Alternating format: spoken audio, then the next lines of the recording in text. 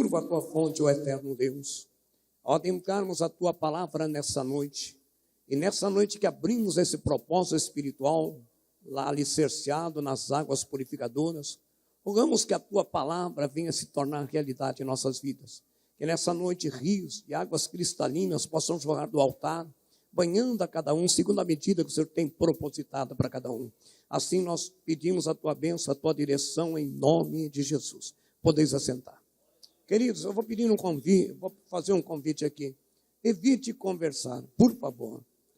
Esse texto, ele parece um pouco complexo, mas eu quero que vocês entendam. Jeremias, Ezequiel, Jeremias e os profetas, eles falavam quase em épocas não muito distintas, a não ser Isaías, mas falavam da mesma situação, do povo e da nação de Israel. Jeremias fala quando desce a casa do oleiro, a Labachur e Miqués, e Ezequiel já fala de uma outra forma, mas cada um estão relacionados a um período difícil em que a nação de Israel virou as costas para Deus. Vocês estão me ouvindo? A nação de Israel começou a pecar, a usar os costumes das terras que estavam à sua volta. Tudo aquilo que Deus tinha bradado através de Moisés, não se misture o povo, seja um povo, sabe? O povo começou a se misturar, e ali houve muitas coisas, feitiçaria, bruxaria, sacrifício, homens e mulheres, toda coisa que não agradava a Deus, houve aquela mistura. E o povo começou a pecar, mas Deus, irmãos, é um Deus de misericórdia, mas também é um Deus de justiça. Chegou um ponto, irmãos, que Deus agora, ele permite que a nação de Israel é totalmente destruída. São 70 anos que o povo passa na Babilônia. 70 anos que eles são levados a um lugar longínquo, amém? São escravizados. A nação é destruída, está lá também, você vê Neemias, as muralhas, tudo destruído, a cidade queimada, o povo empobrecido, uma miséria terrível, não havia nada, uma destruição terrível. Aquele povo que outrora clamava ao Deus Todo-Poderoso, agora está debaixo de deuses alheios e falsos. Um povo que poderia ter usufruído das promessas de Deus, mas que viraram as costas e que foram se afastando. E é interessante que aos poucos foram se misturando, foram infelizmente se contaminando. E aí veio o quê? Por causa do pecado coletivo, Deus permite que boa parte daquele povo passa 70 anos no cativeiro. Ei, você está reclamando de prova de luta? Imagina se Deus permite o cativeiro de 70 anos para você. Imagina uma prova que parece que não tem fim. Imagina uma prova que parece que não tem fim. Um povo que foi escolhido para ser o povo de Deus, agora é um povo que está no cativeiro, porque viraram as costas para Deus. Pecados coletivos, pecado individual, toda aquela porcaria que existia e que está existindo ainda em nosso meio. Uma nação que totalmente sofreu, toda destruída, exílio, escravidão. Porém, queridos, o homem é assim, né? A gente só sente a dor quando bate a água, né? A barriga só dói quando tem fome. Que enquanto está ali, no oba-oba, não sei o que lá, a gente vai empurrando com a barriga e vai levando, problema dele é problema meu, e assim por diante, vai se tornando individualista, vai se tornando o ego, problema dele, e a nação foi deixando os sacerdotes, a nação foi, de repente Deus permite, chega, 70 anos de cativeiro, e o povo ali, depois de muito tempo, começa a lembrar, porque, irmãos, tem uma coisa que a gente não entende, a gente só dá valor quando perde. Eu era feliz e não sabia. Eu era feliz. Queridos, o diabo é sujo. Sai da igreja hoje, desvia. Eu te garanto que o teu primeiro ano lá fora no mundo vai ser maravilhoso. Vai acontecer tudo aquilo que você não... Mas depois de um ano, a Bíblia diz que o estado daquele homem fica 7 vezes pior.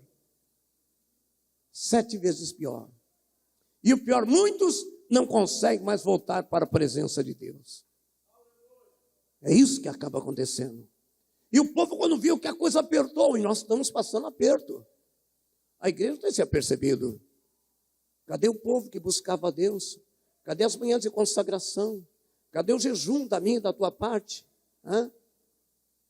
É tão interessante que o crente hoje não quer fazer jejum para Deus, mas quer fazer jejum para emagrecer, para não sei o quê, para não sei o quê, jejum da lua, da estrela, jejum pelo amor de Deus. Você quer emagrecer? Ora a Deus que Ele te dá saúde. A gente tem tempo para fazer tantas neiras da televisão e não tem tempo para adorar a Deus. Nós estamos diferentes daquele povo. Aos pouquinhos estamos nos afastando. É tão interessante, já tem até igreja com como que se fala, com escola de samba. Daqui a pouco você vai estar sambando também, porta-bandeira, né? Uma coisa absurda, mas as igrejas estão se modernizando. Ou ser moderno é uma coisa, tecnologia faz parte da multiplicação da ciência. Mas cuidado, o altar continua sendo um altar. Debaxerebarraia, somandai que é fácil. Aí tem pessoa que fala, você é quadrado, que é isso? Deus é amor, mas você esquece que do outro lado do amor, Deus é justiça. Deus permitia aquele povo fazer por anos, e Deus mandando os profetas. Jeremias, nessa é a casa do oleiro, o que é que você vê? Uma vara de amendoeira, amém?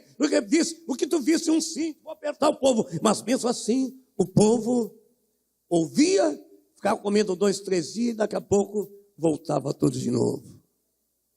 Tem gente que é assim, né, irmão? Tem gente que é assim.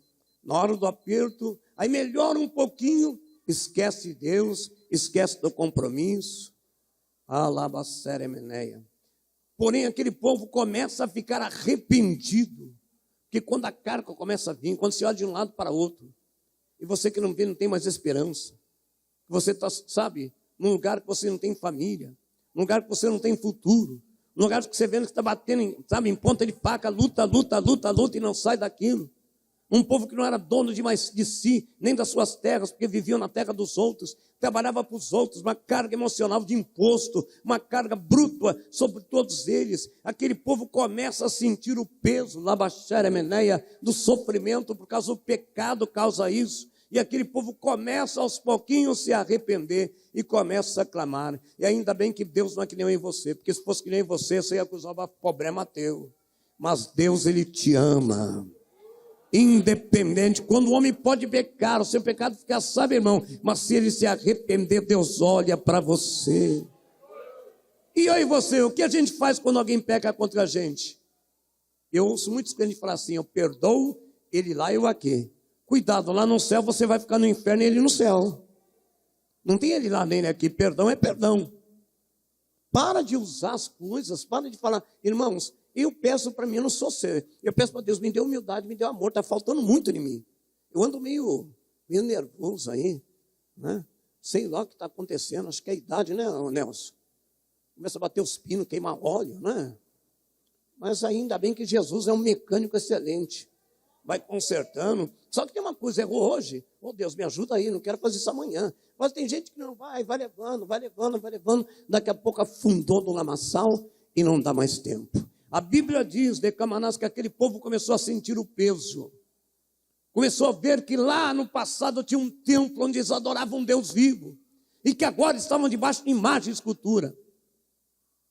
Que agora não podia adorar o seu Deus, porque no caminho disseram, cante um cântico lá, cante um cântico para nós, nada, cante um cântico da sua terra. Como é que eu vou cantar um cântico, vivendo uma terra, como é que eu vou ter alegria, fora daquele que me dá alegria, que me dá vida? Um cântico de Sião, ó Jerusalém, por que deixaste de adorar? Irmãos, como é que você vai adorar a Deus? Mas começou, e Deus, ele começa, aquele povo começa de repente, aleluia, a clamar novamente.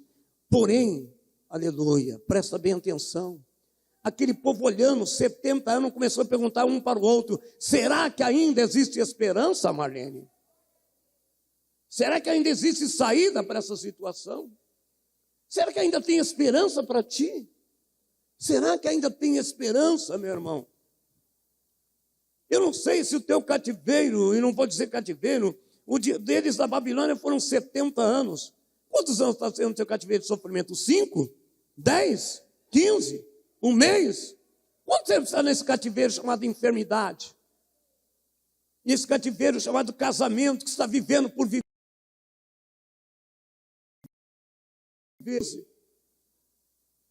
E vai empurrando com a barriga. Só que aquele povo não aguentava mais. E o povo começou a se arrepender, mas começou a pensar, será que ainda existe esperança? Será que ainda vamos ter alegria? Quem nunca perguntou isso? Oh Deus, será que um dia ainda vou ser feliz? Será que um dia ainda vou ser feliz? Deus está falando com você? Deus está falando comigo. Porque tem pessoas, irmãos, que têm tudo e ao mesmo não tem nada. Porque tudo reclama, tudo murmura, tudo reclama. Levanta reclamando, isso é para mim e para você. Levanta reclamando.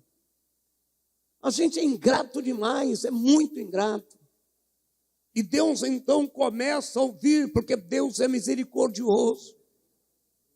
Alamantou, Vianávia. Mesmo você carregado de pecado, Ele é santo, Ele é perfeito, Ele chama misericórdia. Ele olhou para aquele povo e Ele começa a usar os profetas agora, dizendo, olha, Jeremias, mostra para o meu povo que não tem esperança, desça a casa do oleiro, fala para o meu povo que eu sou o oleiro e eles são o barro, eu vou mudar, abaixoreguadai. Para cada profeta Ele deu uma visão atípica. Para Ezequiel, Ele mostrou o templo com águas cristalinas, aramanchou, yarabai. Deus começou a dizer, ei povo, ainda tem esperança. Ei, ainda haverá felicidade. Ei, ainda haverá alegria. Mas é necessário te arrepender. Desça a casa do oleiro. Deixa eu amassar o barro que é a tua vida. Aleluia. Então dos profetas, ei, que mais? O povo conheceu o profeta que antes só ficava dureza, vocês vão pagar o preço, vocês vão para o cativeiro. Agora Deus começa a mudar os profetas, dizendo, ei, desce ao vale dos ossos secos. Esse é o meu povo que está acabado, mas eu vou levantar novamente uma grande nação. Deus está falando com você que se sente acabado, que se sente um osso fraco, desanimado, sem sonhos, sem esperança, sem vida. O profeta olhou e Deus, e que é que tu vê? Eu vejo voz dizer, quando tu crê que eles podem reviver, Senhor, tu sabe. Ergue a faraia do covo sob as terras.